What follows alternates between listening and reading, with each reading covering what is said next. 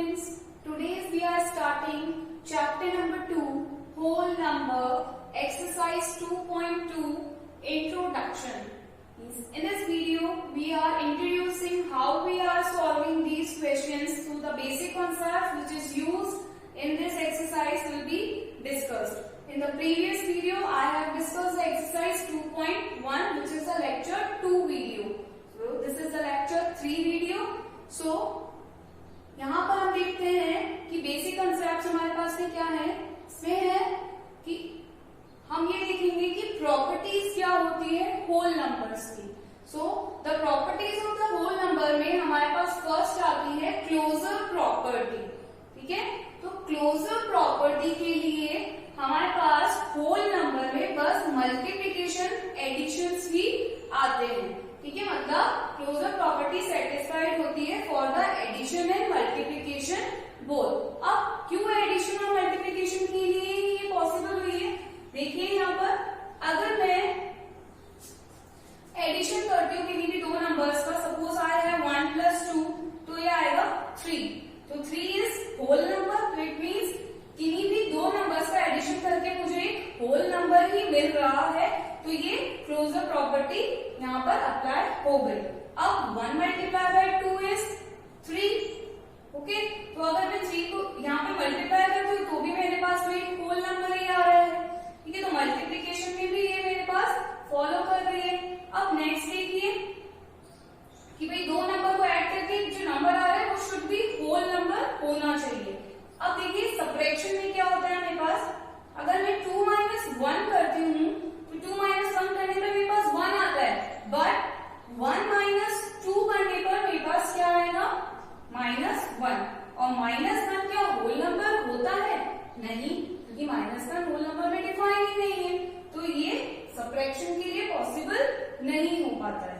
अब देखिए 5 डिवीजन के लिए क्यों नहीं पॉसिबल है, तो 5 / 2 करेंगे तो कुछ ना कुछ आता है हमारे पास होल नंबर. लेकिन 5 को अगर हम इनफाइनाइट से डिवाइड कर देते हैं तो मेरे पास में क्या आता है, 5 को इनफाइनाइट से डिवाइड करने पे भी 0 आ जाता है. But when 5 is divided by 0 तो मेरे पास क्या आ जाएगा, इनफाइनाइट. और इनफाइनाइट क्या होल नंबर होता है क्या?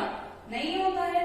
इसलिए मेरे पास में जो क्लोजर प्रॉपर्टी है उसके अंदर होल नंबर के लिए सिर्फ एडिशन एंड मल्टीप्लिकेशन ही अप्लाई कर सकते हैं. ये अप्लाई नहीं होती है सबट्रैक्शन और डिवीजन के लिए. इतनी चीज आपको क्लियर होती है? ओके, सो नेक्स्ट हम देखते हैं इसकी property, that is associative property. Okay, तो एसोसिएटिव प्रॉपर्टी भी एडिशन एंड मल्टीप्लिकेशन के लिए अप्लाई होती है. एसोसिएटिव प्रॉपर्टी क्या होती है, A + B + C, यानी कि 3 नंबर्स को अगर मैं ऐड कर रही हूँ उसमें अगर पहले इन दो को ऐड कर लूं फिर इसमें ऐड करूं या इस नंबर को इन दो में ऐड करूं तो मेरे पास एक ही चीज आएगी. तो ये एडिशन पर अप्लाई होती है. मल्टीप्लिकेशन में A को B से मल्टीप्लाई करके फिर C से कर रही हूँ या B को C से मल्टीप्लाई करके फिर A से कर रही हूँ, तो दोनों में मेरे पास में आंसर क्या आएगा, सेम ही आएगा. तो एसोसिएटिव प्रॉपर्टी मल्टीप्लिकेशन के लिए भी अप्लाई होती है, बट एसोसिएटिव प्रॉपर्टी डिवीजन और सबट्रैक्शन के लिए अप्लाई नहीं हो. तो इन दोनों को देख लिया, ये दोनों ही प्रॉपर्टी मेरे पास में एडिशन और मल्टीप्लिकेशन के लिए ही अप्लाई होती है. इस चीज को हम एक एग्जाम्पल लेके देखते हैं. Suppose I have 1, 2, 3. मेरे को यहाँ पे मल्टीप्लिकेशन एंड एडिशन प्रॉपर्टीज लगा के देखते हैं एसोसिएटिविटी की. तो 1 + 2, फर्स्ट है मेरे पास ब्रैकेट इन दो के साथ में, सेकेंड है मेरे पास में ब्रैकेट जिसमें 1 + 2 + 3 ब्रैकेट लग जाएगा यहाँ.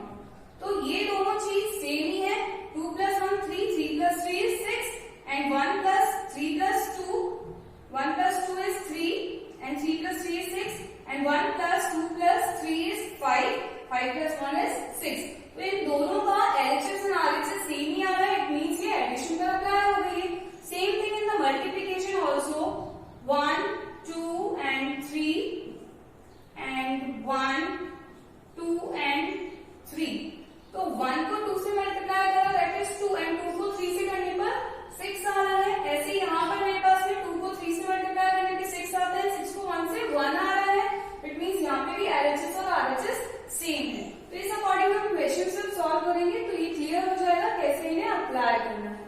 ओके, तो अब नेक्स्ट प्रॉपर्टीज देखते हैं हम। The third property, distributivity of multiplication over addition. अब देखिए ये प्रॉपर्टी क्या कहती है हमको, a multiply by b plus c is equals to a multiply by b plus a multiply by c। Means a को पहले b से मल्टीप्लाई करके उसमें ऐड कर रहे हैं a को c से मल्टीप्लाई करके। ये होती है distributive property of multiplication over the addition. आप इस फॉर्मेट को जस्ट लर्न करिए और उसको according to the question apply करिए।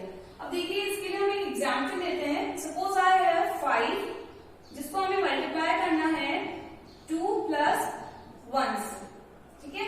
तो इसको मल्टीप्लाई करने के लिए मेरे को क्या करना पड़ेगा, पहले 5 multiply by 2 plus 5 multiply by 1।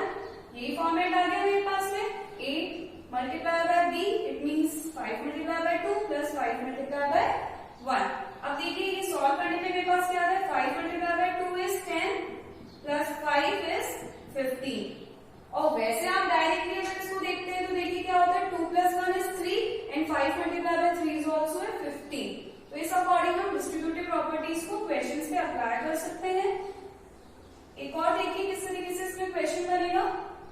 Suppose I have 728, okay. 728 को मल्टीप्लाई करना है 101 से बाय अप्लाइंग दिस प्रॉपर्टी। तो इस प्रॉपर्टी के अकॉर्डिंग हम इसको सिंपली कैसे लिख लेते हैं, मल्टीप्लाई बाय 100 प्लस 1। तो ये हो जाएगा मेरे पास 728 multiply by 100 plus 728 multiply by 1। तो इन दोनों को आप ऐड करिए, दैट इज 728 को आप अगर 100 से मल्टीप्लाई करेंगे तो ये आएगा एंड 728 विल बी 728। इनको ऐड करिए, जो आंसर आता है दैट इज योर आंसर। तो डिस्ट्रीब्यूटिव प्रॉपर्टी क्लियर होती है। अब नेक्स्ट देखते हैं हम यहाँ पर the fourth property, last property of this whole number is identity. अब आइडेंटिटी क्या होती है, आइडेंटिटी भी हम मल्टीप्लीकेशन और एडिशन के लिए निकाल रहे हैं। आइडेंटिटी मतलब किसी भी नंबर में अगर मैं कुछ ऐड करती हूँ या सब्ट्रैक्ट मल्टीप्लाई करती हूँ तो मेरे पास सेम वही नंबर आना चाहिए। तो ऐसा कौन सा नंबर होगा जो एडिशन के लिए आइडेंटिटी बनेगा। तो देखते हैं, 4 प्लस 0 करती हूँ तो मेरे पास क्या आता है, 4 ही आता है। 3 प्लस 0 करती हूँ तो 3 ही आता है। इट मीन्स एडिशन के लिए मेरे पास आइडेंटिटी क्या हो गई, 0, यानी कि 0 किसी भी नंबर में ऐड करने पर मेरे पास सेम नंबर मिल रहा है, तो वो हो गई हमारे पास आइडेंटिटी। तो इट मीन्स एडिशन के लिए 0 इज द आइडेंटिटी। अब देखते हैं मल्टीप्लीकेशन के लिए क्या होगी आइडेंटिटी। सेम नंबर कब मिलेगा हमको मल्टीप्लीकेशन में, जब हम 1 से मल्टीप्लाई करते हैं। देखिए कैसे, 4 को अगर मैं 1 से मल्टीप्लाई करती हूँ तो मेरे पास क्या आता है, 4। ऐसे ही 5 को 1 से मल्टीप्लाई करती हूँ तो क्या आता है, 5। तो इट मीन्स मल्टीप्लीकेशन के लिए आइडेंटिटी क्या हो गई, 1। तो यहाँ पर क्वेश्चन इस अकॉर्डिंग आता है कि एडिशन के लिए आइडेंटिटी क्या होगी, 0, और मल्टीप्लीकेशन के लिए आइडेंटिटी क्या होगी, 1। मतलब सेम नंबर हमको अगर मिलता है तो वो हमारे पास में आइडेंटिटी होती है। This is the introduction part of this chapter. Okay, so these are the 4 properties which will be used in the questions of the exercise 2.2. In my next video, I will discussing the exercise 2.2 questions. Thanks for watching this video. If you want to assemble this video, just subscribe this channel. Okay.